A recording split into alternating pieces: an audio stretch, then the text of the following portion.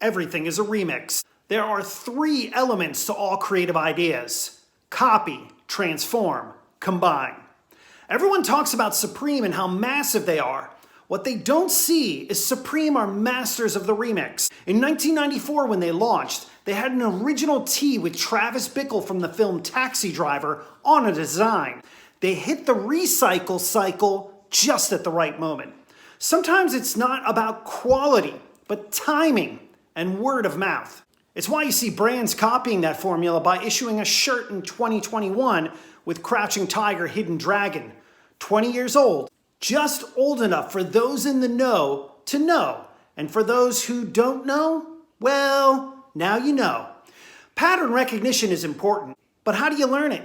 Study history and anthropology and pop culture and art and music and fashion and follow for more examples.